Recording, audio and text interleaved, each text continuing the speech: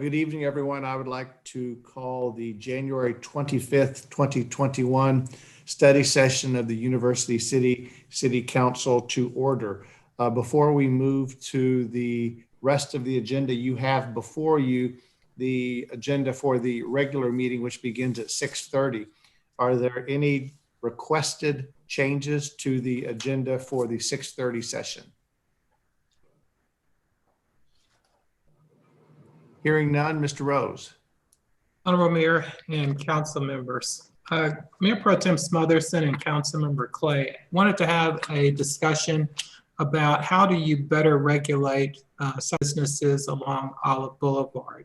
And so I have asked our planning director, Clifford Cross, to present the CUP process and what's intel with that as one mechanism for perhaps achieving that objective. So I will turn it over to Mr. Cross. Thank you, Mr. Rose, and good evening, everyone. And yeah, one tool that's commonly used in zoning is what we call the Conditional Use Permit, or the CUP. That's an acronym I think you hear quite a bit. So what I'm proposing to do tonight is I wanted to kind of give the council an update on the CUP process and what you can and cannot do with it, to kind of get the discussion going and generated so you can kind of lead staff in the right direction on how you best want us to move forward. So I put together a real quick PowerPoint presentation and I'm going to run through that pretty quickly, and then I'd be happy to answer any questions that you may have. So this is always the trick. I got to try to share my screen.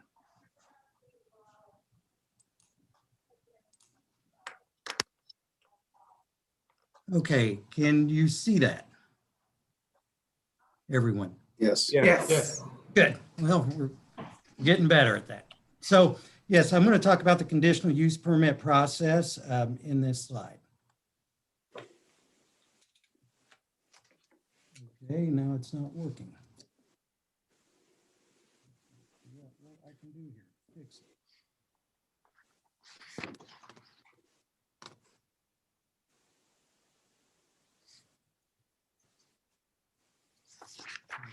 Can you see that? Okay, there we go. Did that switch? To your desktop. We can see your desktop. What about now? Yep. Yes. Okay. For some reason, the slides won't transfer, but so what you're looking at here is just this is an example of an ordinance that I utilized at another municipality. And what this really does is this shows you how the conditional use permit comes into play. And it's regulated within the underlying zoning districts. And quite simply, a conditional use permit is just a special consideration of a specific request that comes before you. So in most underlying zoning districts, you have your uses that are permitted. So for example, here you'll see like alcohol and drug abuse treatment centers, inpatient in this particular case requires a conditional use permit in the C1 and C2 districts, and it's permitted by right within the other districts. So when I say permitted by right, that is just simply a use that's already been predetermined to be allowed within an underlying zoning district.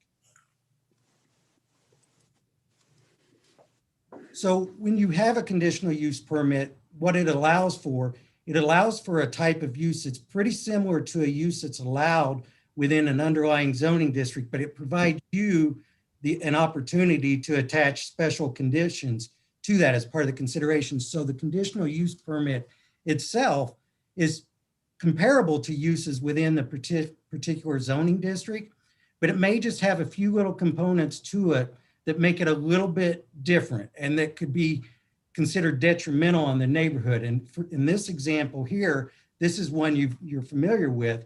This one was associated with the medical marijuana conditional use permit process that you saw during our dispensaries that we presented to you. And as you see, this is set a preset number of conditions that have to be met to be eligible for that conditional use permit. So in this instance, when it came before you, it had to have the separation from residentially zoned districts. They had to display the license and things like that. So This requires some additional conditions to those uses that are permitted by right, for example.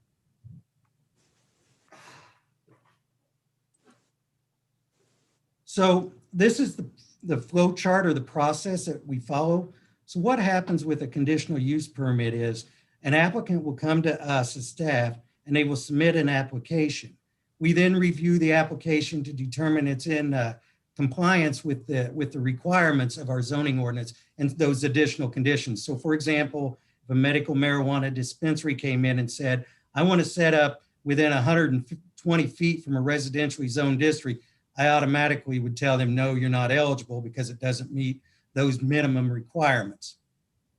Once it's considered by staff and it meets all those conditions, we then take it to the Planning Commission, who considers the request. The Planning Commission is only a recommending body who ultimately hears the request and then recommends a approval or denial to the City Council. Those approvals and denials can come with additional conditions attached to it. And then you as a council, when you consider it, you can either accept the recommendations as presented, or you can accept them by adding some additional conditions that you feel are appropriate in a specific case. And I think an example is when we start talking about our shared parking and things like that, you're going to see a case that's going to come in front of you with the CUP associated with shared parking in the near future. Once you get it, then you take the actual action on it. So you either approve or deny the request. Oh, what's going on with this thing tonight? So this is just a summary of what happens. It goes to the Planning Commission. They consider it. They make a recommendation to you as a council. You as a council, you take the final action on the request. Something that's very important, though, with a conditional use permit, you have review criteria that is preset. So when it comes before you and the Planning Commission, those are the standards that you must consider as part of the review process when making a determination. So you simply can't just say, no, I don't like the request, I'm denying it. You need to find findings of fact as to why you can approve or deny a request. And within our zoning ordinance, some of the review criteria include the impact that traffic has on a neighborhood. Will the use cause any undue impacts on public services? Those are the reasons why we take many of our applications to the Traffic Commission for review, for example, so we can determine there's no detrimental impacts to the neighborhood. These are the findings of fact that come out of your ordinance here when you're considering it. You want to ensure that it complies with provisions of this chapter, in other words, the zoning ordinance. You want to make sure that whatever specific location it's located at, that it will promote and contribute to community welfare. You want to ensure that it will not cause any undue injury to the value of neighboring property.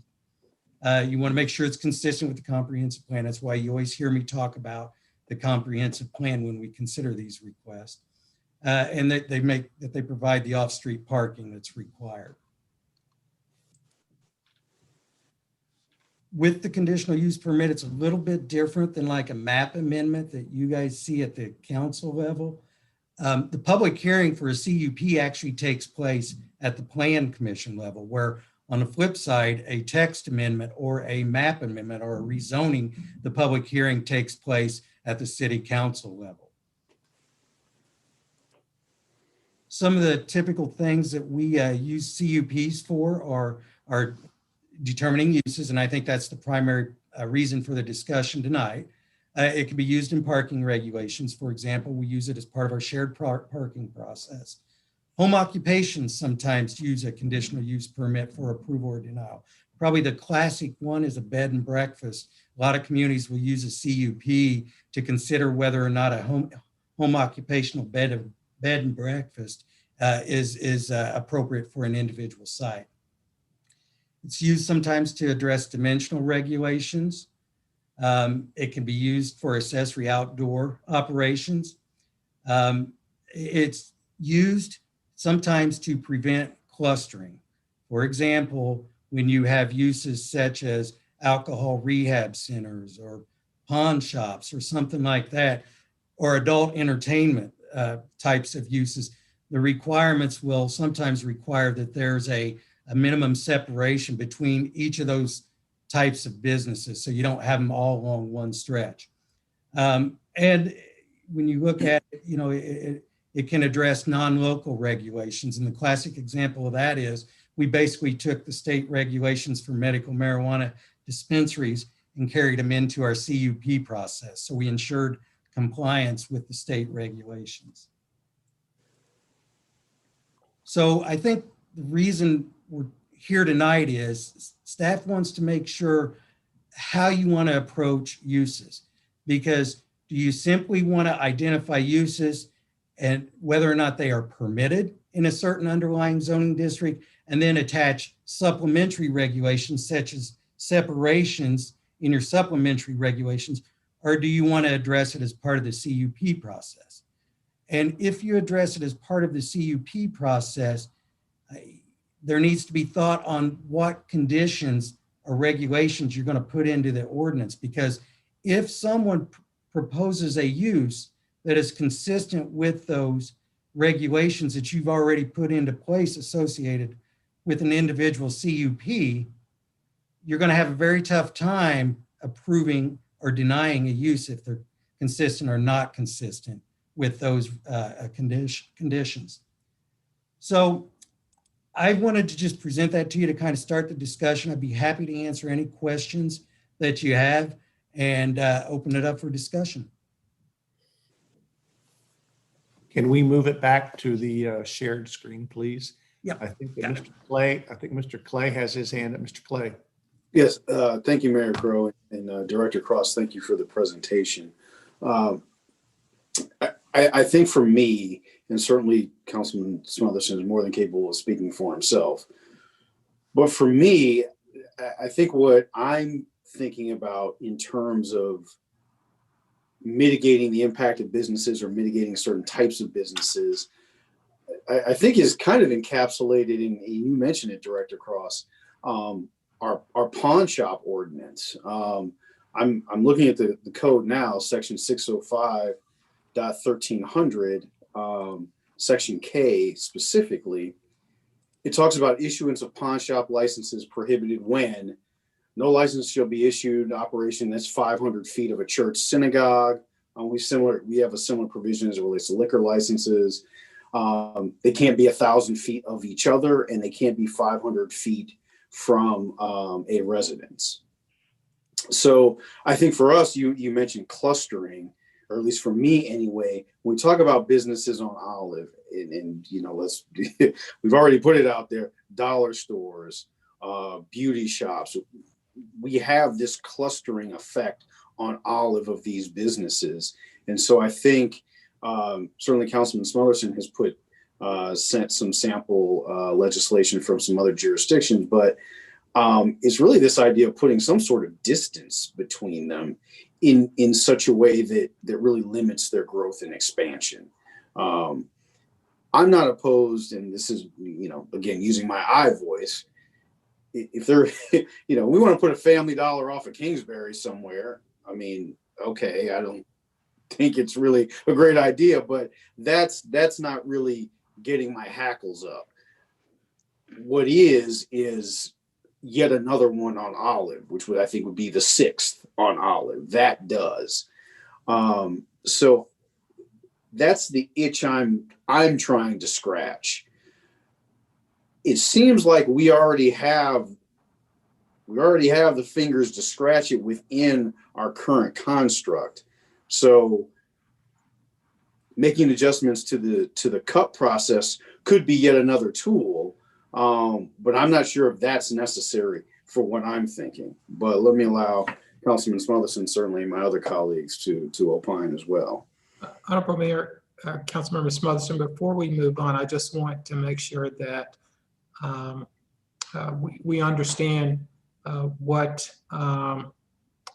some of the limitations we may have as it relates to identifying a specific type of store such as dollar store. I think that we can regulate uses. So, for example, pawn shops or sexually oriented businesses.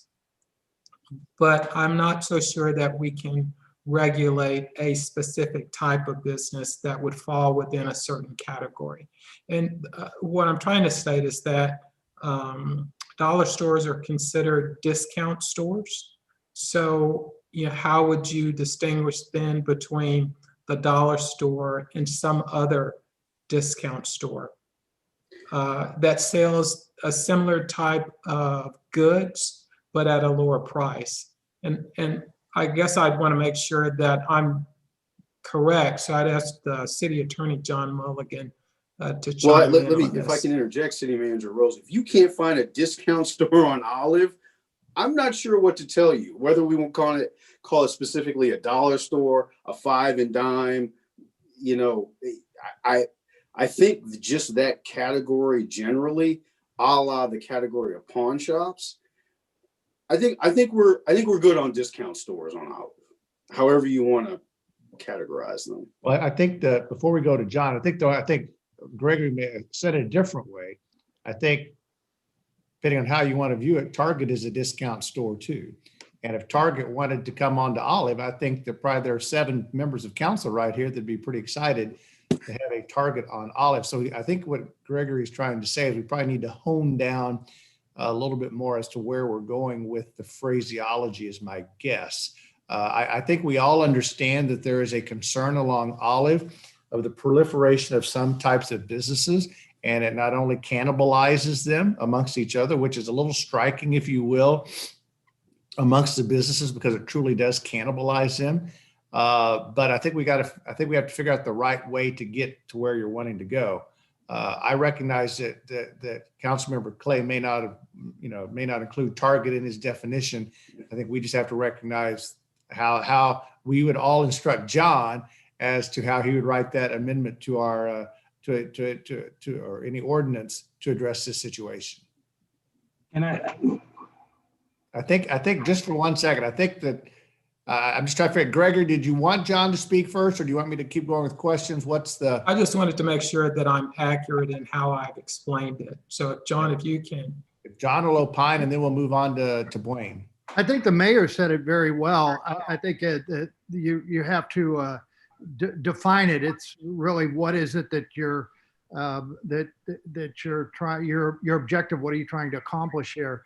And so certainly there is discretion to regulate types of businesses and the distances. I think we'd have to come up with a definition for the types of businesses that would fall within this zoning regulation. Now, Councilmember Clay, you mentioned pawn shops. That's under a different section of our code than zoning. That deals with licensing.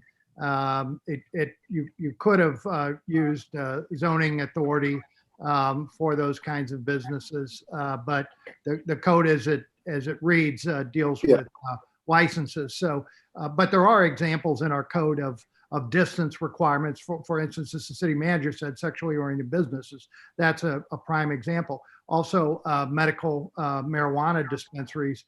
Council passed recent legislation on that. There are distancing requirements there. Those types of businesses are defined in the code. So we would need to do the same with respect to whatever business or businesses that you're seeking to include. Well, and to your point, John, I mean, before you even get into a CUP, we're going to have to do a lot of legwork in defining stuff, because pawn shops are called out in one section of the code, but in the zoning districts and in the zoning ordinance, we don't separate and define different stores. We basically just call it retail sales. So from a zoning standpoint, when somebody comes to us, we have to group them all into one classification. So a dollar store really is no different than a Target, and regardless what their product is. They sell retail, it's retail sales. So it's automatically the same type of classification per the zoning ordinance. So we're going to have to define what they are to better regulate them. And any distinction has to be reasonable. Right. that's certainly a legal requirement that has to be. Mr. Smotherson. Thank you, Mayor Crow. I don't think that this is something that other cities and states are doing. And what I'll read, I'm reading from the ordinance of, and I think I've sent this information to Mr. Rose, in that they're making that distinction.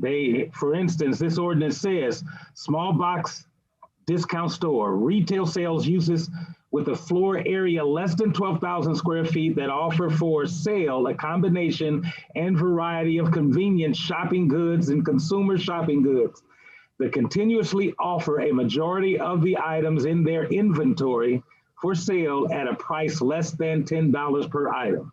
I mean, there is a distinction, and we can't make that distinction like other cities. And that's what I'm saying. I'm not trying to reinvent something or create it. This is something that's actively being done in other cities. And I don't know that, I can't speak for the rest of my colleagues. I don't know that I have a true concern with taking a look at that particular piece of legislation. What I would say is, if we're going to look at that piece of legislation, what else do we need to look at the same time? While we're kind of opening that up. I share the concern of my colleagues regarding the proliferation of some of the businesses that we have on Olive. And so I get it. And again, I don't know how the rest of my colleagues feel, but I think that when we have to do things through the CUP process, I think that is always having the tail wag the dog, instead of having it addressed ahead of time. I think, though, at the same point in time, when we address it ahead of time, we're probably then putting on staff if you will, the burden to be probably saying no. I think we have to be cautious as to what businesses we're saying no to during an economic downturn, but recognizing that there probably is that challenge along Olive. I always look back with a little bit of history here, and that there was a long time ago when the tattoo parlors weren't too much looked upon with too much favor. And now in the Loop, I think our tattoo parlors probably still give us a little bit of the edge that many people talk about in the Loop. And by the way, there's no comparison to a tattoo parlor and discount stores. It's just kind of intriguing as time marches on. I don't want to belabor any of these points. I'd like to give all of my colleagues, if they have questions, a chance to either ask Mr. Cross, Mr. Rose, or Mr. Mulligan, or have a discussion with their colleagues. Does anyone else have a question? Mr. Kusick. Yes, sir. Thank you, Mayor. I have I guess, two real quick questions, or maybe three. Mr. Cross, on almost the first page of the presentation, it said permitted and conditional uses by zoning district. You have residential R1, R2, R3, commercial C1, C2, C3, and industrial I1 and I2. Could you clarify just very briefly, what the difference is in those? Well, this is an example of another ordinance that came from another community. So these are not our underlying zoning districts. What those were examples of underlying zoning districts. So R1 was single family residential. I2 was heavy industrial. We have our general commercial, core commercial, limited commercial underlying zoning districts. The reason I chose to show you this is because our ordinance isn't set up this way. Our ordinance will basically, what it does is it states the zoning district, and then it just has a list of uses that are allowed in groupings underneath it. And that's where I go back to the retail, where there wasn't really a distinction. This is an example of something I would like to do in our new code, in our new ordinances, because it clearly defines multiple uses and where they're allowed, what the process is, whether it's permitted by right or it requires a conditional use permit, or if it's blank, it's not allowed at all. So this is just an example of another ordinance. This is not relevant to our ordinance. Okay, and then further on, you mentioned the Olive Boulevard design guideline. Do we actually have something like that, or is that something that needs to be developed?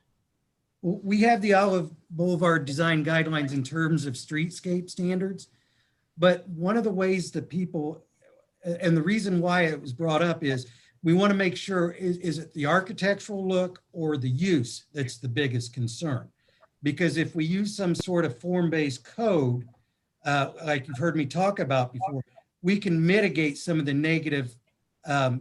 negativities of some of the uses or perceived negativities of uses based on architectural standards.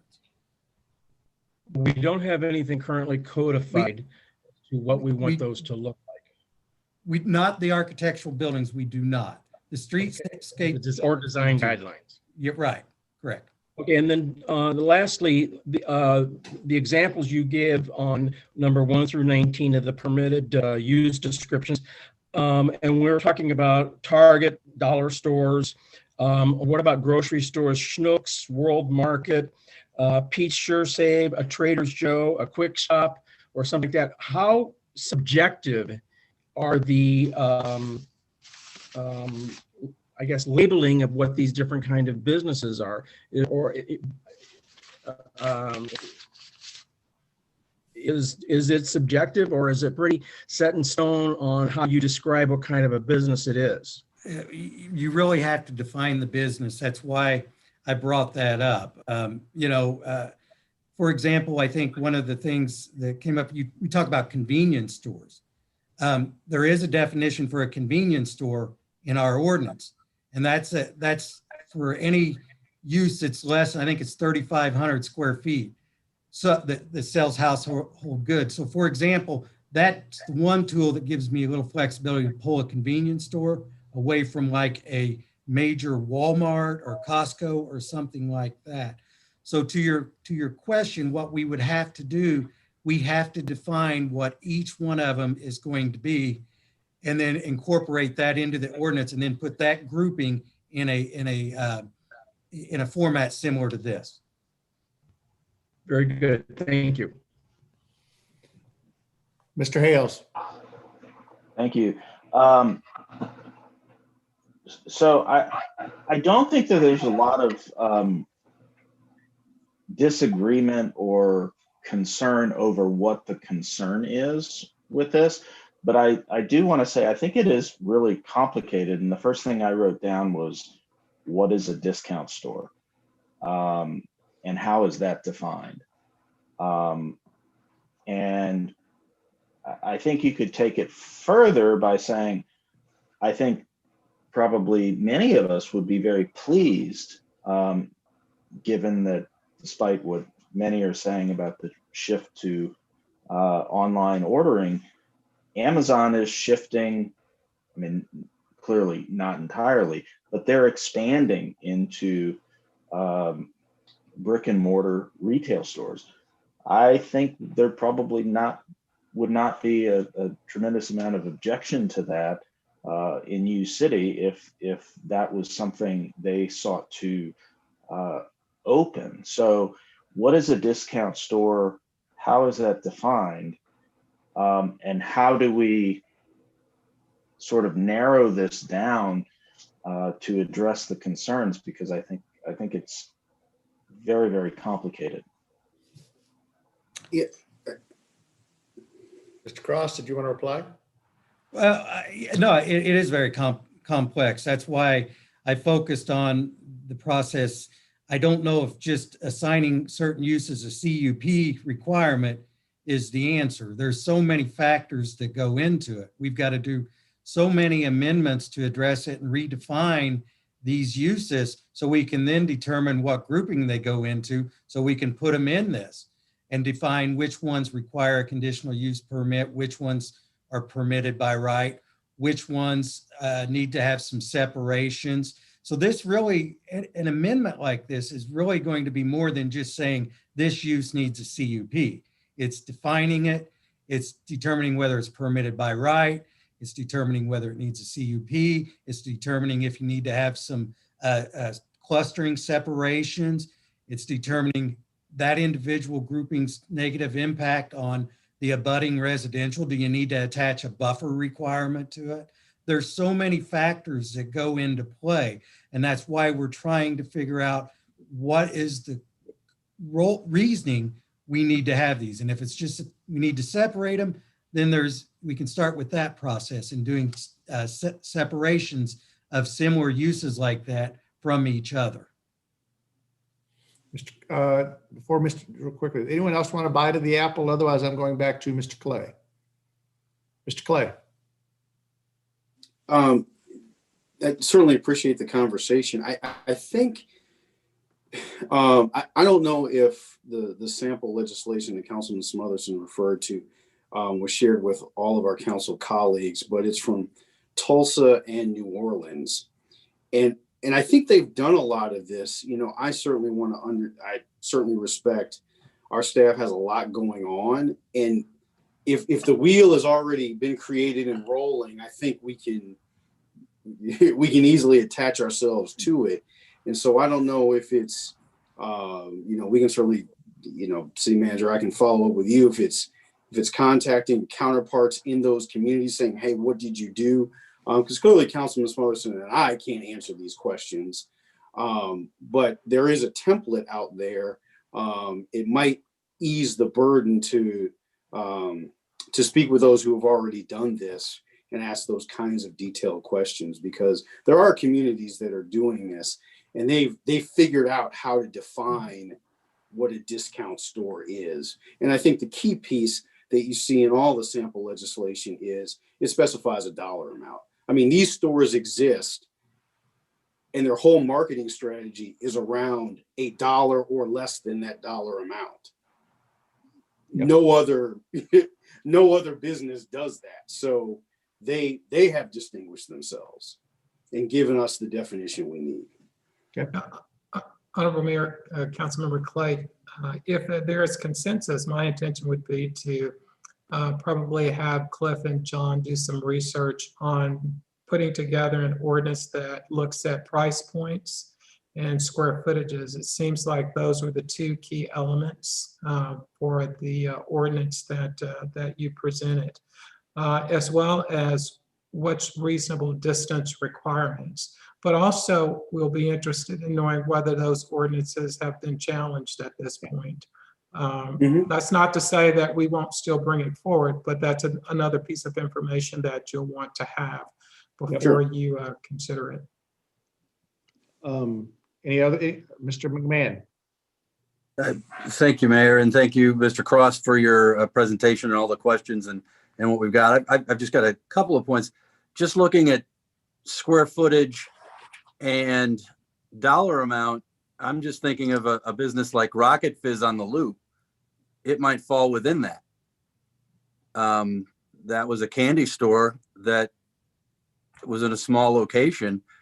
What would happen with a business of that nature? So I think the definitions have to still be looked at, and it sounds like we're moving to something. Maybe I don't know what all the ordinances look like in these other communities, but is there a small fix now and a bigger fix later that looks like something on the first page here? The question I had for Mr. Cross was, in looking at the flowchart process, it hit me that on the right side of your chart where it says deny, is there ever a time where it's denied by the planning commission, but it gets to the council because they're only making recommendations? Does that ever happen? Is there a situation where, because otherwise then there might be something that comes in we never see? How does that work? Well, the way it goes is, because it's only a recommendation, it comes to council either with a recommendation of approval with conditions, or a recommendation of denial. Okay. Very rare. Sometimes you'll have an applicant that once they know the planning commission has recommended denial, they'll voluntarily withdraw it, but it should come before you regardless.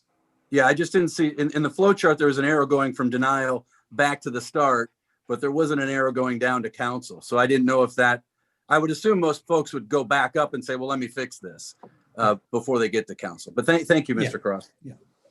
If I could add one thing before, I think, Wayne, did you have a comment? Yeah, I do, but go ahead. Yeah, mine's really brief. I have 2 points. One is, as we work through this, I think and I think all 7 of us, I'm sure we want this, is as we try to address this problem, let's please also make sure we do no harm. Just, Right. just make sure we're keeping in perspective, sort of do no harm to everybody we've already got there. And the second thing is, I believe that a number of my colleagues will agree with, just by nodding their head probably, that if we're going to do anything with the zoning code, could we please address the 185-foot limit for notice of hearings? Because I am so tired of getting yelled at because we only sent notices to the people who are within 185 feet. And clearly in today's age, and clearly in University City, where everybody is so engaged in this process, we are simply shooting ourselves in the foot every time we do that. That everyone gets upset that they live 300 feet away or 400 feet away, or they live around the corner. And again, I don't want to put more work on the staff. I just want us to come up with some solution that truly is workable for staff and our citizens. It gives everybody a little bit more of a, wow, okay, I'm within 500 feet, I got a notice, or whatever it is. I think our 185 is out of date. Mayor, what we've been doing lately is we're sending the 185 mailings out certified with return receipt, but we've also been sending courtesy letters on all actions up to 500 feet. Good. It's an easy pull from the GIS, but I'm glad you brought that up, because that would be something we were going to talk about doing anyway. Because if you recall, we talked about one of the problems with especially map amendments is the public hearing takes place after the Plan Commission meeting. So one of the things we're talking about doing is amending our ordinance to, it's going to require a notice and a hearing at the Plan Commission level as well. So the public can be involved earlier in the process. Thank you. Mr. Smotherson. Yes, sir. Thank you, Mayor Crow. I wanted to just simply add to what Councilmember Clay said, and that is this, you know, we're talking about writing this distinction between stores, and it's already out there. So I just wanted to add to that.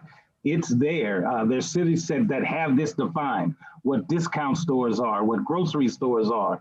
And I mean, I'm looking at one right now, you know, but so anyway, but the other thing that I wanted to also address is Councilmember McMahon's concern, and that is what I wrote in my ordinance about discount stores is just like in Kansas City, and then I forget the other city, they have a dispersal ordinance. And it allows them to be within 1.5 miles or 3 miles. Some of them are 3 miles. Some ordinances are 2 miles. I've written this to be 1.5 miles. So even if Rocket Fizz fell under this distinction as a small discount store, they're there. And then what we're establishing is nothing can be within 1.5 miles of that store. So I don't have a problem necessarily with having a discount store on Olive. I'm concerned. And Council Member Smotherson, no, I definitely understand. One of the things we have to look at, and one of the big issues that come up is an example. I actually had to write one concerning adult entertainment. We have to do research as well, though, because you have to allow for a certain percentage of your available land to allow for certain uses. So Kansas City is much larger. So throughout the city and their underlying zoning districts, they may have enough land to do those 2,500 foot separations. But we need to evaluate how much land we have and if those separations will allow us to meet those requirements for certain types of uses. You know, and the percentage of land that has to be allowed to allow these types of businesses. Otherwise, we start to run into what we call, and John can speak on this, what we run into is what's called illegal taking issues. And we're illegally taking the opportunity for the highest and best use of certain lands throughout the city. And John? And I definitely understand that, but I'm laughing and I'm smiling because on Olive, within 3 miles, you've got 5 discount stores, small discount stores. So I can't imagine that being a problem. No, I understand. I'm just letting you know that there's several things that we'll have to look at based on our square footage and our acres and so forth. I think Well, no, we have a good idea of where we're, I think we have a good idea, Gregory, am I correct, of what That's you guys want correct. to do next? Okay. Can we move on? Do you have another topic? Am I correct? I had one other brief topic. I've invited Robin Frankel here, who's handling our communication efforts, but Robin also has a wealth of knowledge just in this field. And so I've asked her, she presented, gave our department directors some training in dealing with the media. So I've asked her to speak on that and respond to any questions that you might have. Robin? Thank you very much. So I've got sort of 5 topics that I'll talk about, and in 20 minutes. So You're going to have about 10 minutes. Okay, 10 minutes. Okay. So messaging, types of communication situations, talking to reporters, of having a coordinated response plan, and also social media. So one of the most important things to do is to have a consistent message that defines and clarifies University City. And this is the type of message that focuses on benefits and value to the community, not about services that you offer. So it's more high level that then you can hang all kinds of other messages on depending on the particular situation. And once you develop this into a robust system, it's called a message map. So there's your core message, and then there's all these other messages, ancillary messages that spring off of that. And when you develop a roadmap like this, no matter what situation you're involved with, you've got sort of a roadmap to tailor your response in any media situation. And I don't know if that makes sense in the abstract, but let me give you one example of what a statement could be that's sort of an anchor. And I'm not recommending this, I'm just doing this as an example of a statement that gives you lots of wiggle room. You could say something like, University City is committed to being the best possible community for residents, families, businesses, visitors, and neighboring cities. I mean, there's not much anybody can argue with that kind of a statement. And when you're talking to a reporter, it could set up, these are our values. And then depending on what the question is from the media, you then go into a specific. Again, that's pretty abstract, but if you accept that concept, I'd love to work with you guys at some point to really build out a message map that reflects the things that are important to you and show you how this really could work in particular situations. The kinds of situations that we get involved with, there's proactive communications, the kinds of things that we push out there. There's reactive situations when the media comes to us, whether we suspect that they're going to come or it's a complete surprise. And then there's crisis communications when something happens and we have to respond to the media, or we have to be prepared to respond to the media. The different kinds of communications tools that we have right now, we have the news media, we have ROARs, we have social media, we have the city website, we have all the virtual meetings and live streaming, we have video updates, and then there's the annual city calendar. So we may have gone over this once before, but with media relations, I would always say never talk to a reporter without being totally prepared in advance. So that means that if you ever get a surprise call from a reporter, no matter if you're sitting and staring out the window and you have absolutely nothing to do, you never talk to a reporter when they call. You first ask who they are, what their deadline is, how you can get back to them, and you are in the middle of a meeting, or you've got somebody sitting in your office. It doesn't matter what you come up with, but you want to know who they are, what they want, how to get back in touch with them. And then, go to Mr. Rose or come to me and say, I've gotten this call from a reporter. This is what they've asked for. This is what their contact number is. If you're coming to me, I can contact that reporter. I can find out what they're trying to find out, why they're trying to find it out, who else they're talking to. I can vet the whole situation, then talk to Mr. Rose and come up with how is the best way to handle this. Do we want the person who was contacted to call the reporter back? Do we want to think about the question that the reporter is asking so that we advance our agenda, not just answer the question that the reporter is asking, but put everything into context. So that's sort of like a rule of the road. What I can say is if we get involved in saying, all right, we do want you to talk to the reporter, it's always good to anticipate not just what's the reporter question that they say on the surface, but how could this go off the rails? What other possible questions could that reporter ask, and anticipate all of those things, especially those questions that we would not want to answer, and draft what our response would be. Hopefully the reporter never asks that, but by being prepared, there isn't anything reporter can ask that we're not prepared to answer, even if sometimes it's how we would not answer the question.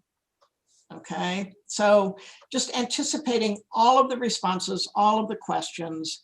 Again, if we've got a good message map put into place, then you've got this home base that you can start with to make sure that you're always advancing your agenda in answering a question. And that's true whether it's a proactive, a reactive, or even it's a crisis situation.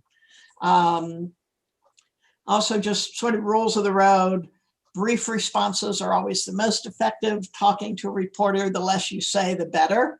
And then one that I just see coming up all the time with clients is they'll stick to the message map and then they'll digress and they'll say, in my opinion. It's like, if you are speaking on behalf of a company or the city, or your opinion never has any validity. Everything that you say reflects the organization that you're talking about. Personal opinions just are not relevant.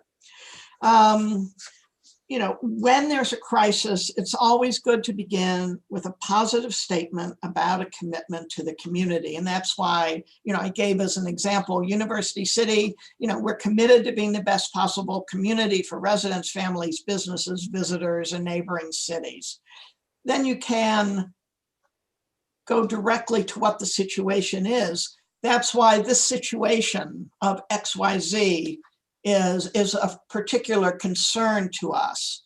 And then in a crisis, you would say, and we're going to be looking into this, and we want to examine every detail. So you're never letting a reporter back you into a corner, but when you're talking to a reporter, what the audience is going to hear is your first statement, okay? Acknowledgement that you understand what the situation is, and then what you're doing about it, okay? But that doesn't mean you have to give away a lot of information. You just have to state that you understand this and what your commitment is to the citizens, to the community. I hope that makes sense. I'm trying to go through this pretty quickly. A few things that I want to talk about is reporter is never your friend. Okay, no way. You're not going to make friends with the reporter. They have a job to do. And I was talking to a reporter the other day and he said, we really do not care about your personal feelings. All we want is the story. So there's nothing you are ever going to say or do that's going to make a reporter like you. Just stay on message. Reporters are not your friends. Never make jokes, not even about the weather. They can take anything you say out of context. Never repeat a negative. And also try to avoid it, if all possible, a no comment. Instead of saying no comment, you can say, I can't answer that question because that's proprietary information, because I need more information.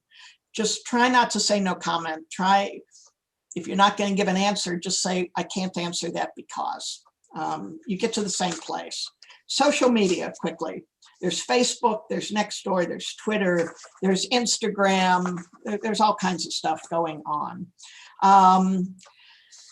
There are, if it's anything that is related to social media should, if it reflects the city, should be posted on the city website or in a city Nextdoor page or a city social media site, as opposed to individual sites. And the reason is because if you're just posting something that has to do with the city and you're posting it on your personal page, whether it's your Nextdoor account or your Facebook, you're not actually, or I should say that differently, you are speaking only to a limited audience. You're only speaking to those people who follow you. So it's best when there's a social media post, if it is on a city website, because that has the largest possible audience. And it's a sort of a rule of thumb that corporations and public institutions, Washington University, they all sort of adhere to. What you can do is if the city posts something on a social media, on a Facebook page or a Nextdoor, you can repost it on your own personal page because it's already been out there in the public domain. Again, we're speaking very general terms, but I hope that makes some sense. Another thing about social media, if you see something on social media, and I saw something the other day that somebody had posted, can't remember right now, it might have been on uCity on the Record, and it was wrong information. I immediately contacted Mr. Rose and said, somebody has posted this comment and it seems to me to be erroneous information. He drafted a response and he got it posted on the city's social media page. And it didn't say so-and-so made a misstatement. It just said, here's a it had to do with the Olive and 170 project. And he said, here are the appropriate timelines that are coming up. Robin, Right. I think we are running short on Okay, time here. so that's the kind of thing that, then people could repost. So, So okay. I will have, instead of having Robin go through the remainder of her presentation, I'll just have her back at a later date. But I did want to say that this is very important because we have, along with the media, a responsibility of making sure that our residents have complete and accurate information. But often I think the media gets more into sensationalizing things. So we have to be careful about how we state things because those can often be taken out of context, which makes it inaccurate and often incomplete. So I think Robin will do a good job of, we'll continue to have these kind of mini trainings throughout the course of this year, because we're all interested in making sure that we're transparent in government, as well as that our residents get the complete and accurate information that we can provide. And I want to thank Robin. I'd add is if any of you ever have a question, feel free to just pick up the phone and call me or send me an email, and I'm always available. Thanks so much, and blame our Mr. Cross for taking up your time. That's right. All right, thank you very much. Thank you. Everyone, thank you. We will adjourn this meeting of the study session and we will take a quick 5-minute break before the public session begins at 6:30. Thank you, everyone.